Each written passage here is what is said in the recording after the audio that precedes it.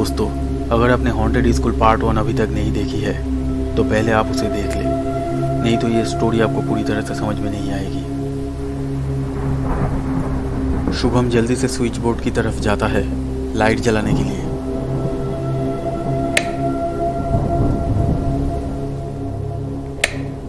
लेकिन उसने देखा कि क्लासरूम की लाइट नहीं जल रही थी। शायद तेज बारिश और हवा के कारण बिजली चली गई थी। वो फिर से भागते हुए दूसरी खिड़की की तरफ जाता है। कोई है? मैं क्लासरूम के अंदर हूँ, गेट खोलो, कोई है?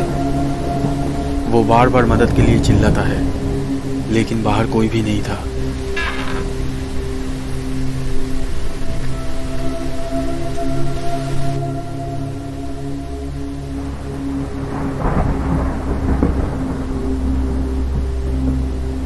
शुभम ने फिर से एक आवाज़ सुनी।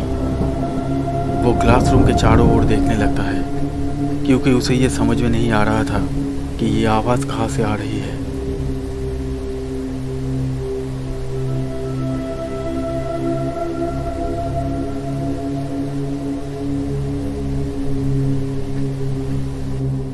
शुभम को बहुत प्यास लग रही थी, इसलिए वो अपने बैग से पानी की बोतल निकालने जा रहा था।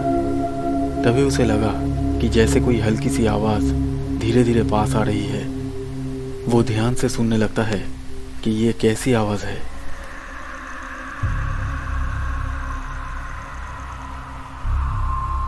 लेकिन कुछ देर बाद शुभम ने जो देखा, उसे देखकर शुभम के रोंगटे खड़े हो गए।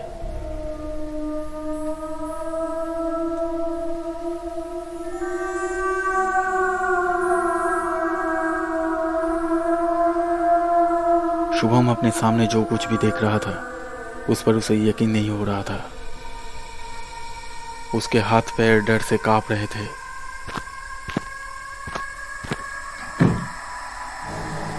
शुभम एक बेंच के नीचे छिपने जा रहा था कि तभी उसका पैर एक बेंच से टकरा जाता है।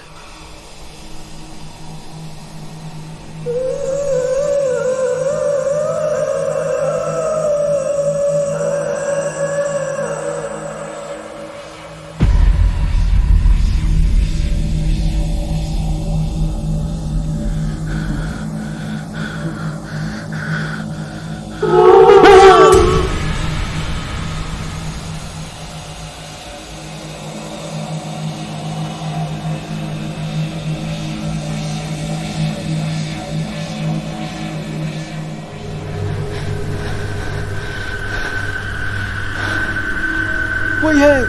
प्लीज बचाओ मुझे, मैं स्कूल के अंदर हूँ, 3rd फ्लोर पर। प्लीज दरवाजा खोल दो।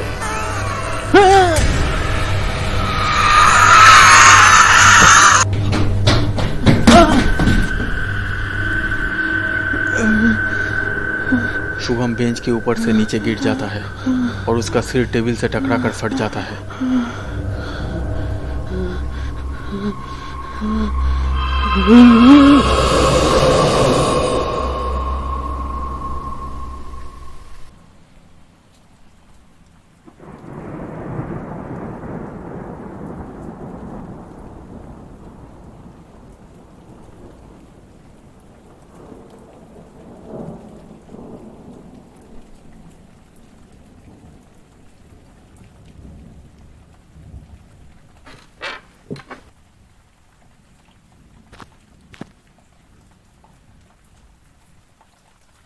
कुछ देर बाद स्कूल का केयरटेकर अशोक उस क्लासरूम में आता है। शायद उसने शुभम के चीखने चिल्लाने या बेंच गिरने की आवाज़ सुनी थी। वो देखता है कि शुभम बेहोश था और उसके सिर से खून निकल रहा था।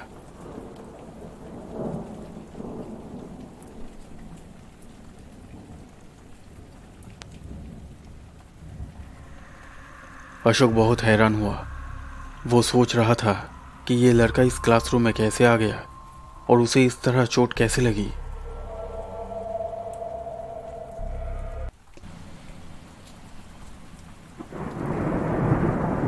वो केयरटेकर शुभम को उठाकर अपने घर ले जा रहा था, क्योंकि उसने सोचा कि शुभम को अभी डॉक्टर के पास ले जाने के लिए इस बारिश में ऑटो या रिक्शा नहीं मिलेगा, और वैसे भी रात बहुत हो चुकी थी। इसलिए वो जल्दी से उसके सिर पर पट्टी बांधने के लिए उसे लेकर अपने घर में जा रहा था।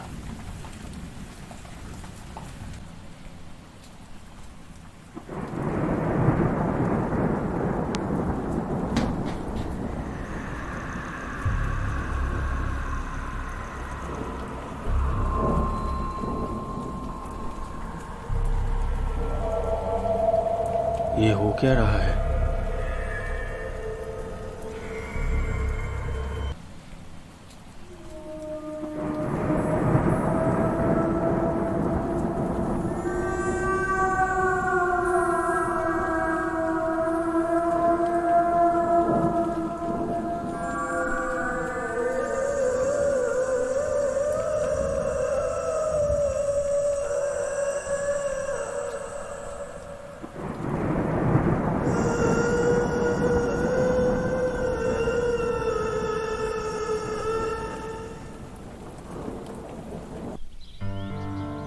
सुबह जब शुभम को होश आया तो अशोक ने शुभम से उसका घर का फ़ोन नंबर लेकर उसके घर वालों को फ़ोन किया। शुभम फिर सबको बताता है कि उसके साथ क्या हुआ था।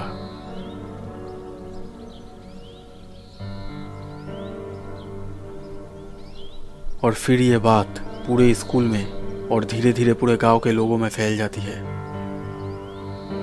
शुभम के बातों पर कुछ लोग यकीन कर रहा था, लेकिन ज़्यादातर लोगों को ये एक बकवास और झूठ लगा। लेकिन पूरे गांव के लोग शुभम के बातों को तब सच मानने लगे जब इस घटना के कुछ ही दिन बाद एक और अजीबोगरीब घटना घटी। एक दिन सुबह जब सभी छात्रों और शिक्षक स्कूल आते हैं तो देखते हैं कि स्कूल का केयरटेकर अशोक अपने घर का दरवाज़ा नहीं खोल रहा था। बहुत बुलाने पर भी जब उसने दरवाज़ा नहीं खोला तो मजबूरन दरवाज़ा तोड़ना पड़ा। और फिर सबने देखा कि अशोक का लाश घर के फर्श पर पड़ा था। अशोक की मौत से हर कोई हैरान था। पुलिस ने जब अशोक के लाश को पोस्टमार्टम के लिए भेजा तो पोस्टमार्टम रिपोर्ट से पता चला कि उसकी मौत दम घुटने से हुई थी। लेकिन अशोक के घर से ऐसा कुछ भी नहीं मिला था जिससे उसका दम घुट सके। और अगर किसी ने अशोक को मारा होता तो वो बाहर कैसे जाता, क्योंकि दरवाज़ा और खिड़की अंदर से बंद थे। इस दूसरी घटना के बाद से पूरे गांव के लोगों के मन में इस स्कूल को लेकर एक डर पैदा हो जाता है। और इस डर के कारण बहुत से स्टूडेंट्स इस स्कूल को छोड़कर दूसरे स्कूल में चले जाने लगे। और धीरे धीरे स्टूडेंट्स इतने कम हो गए कि कुछ साल बाद उस स्कूल को बंद कर देना पड़ा।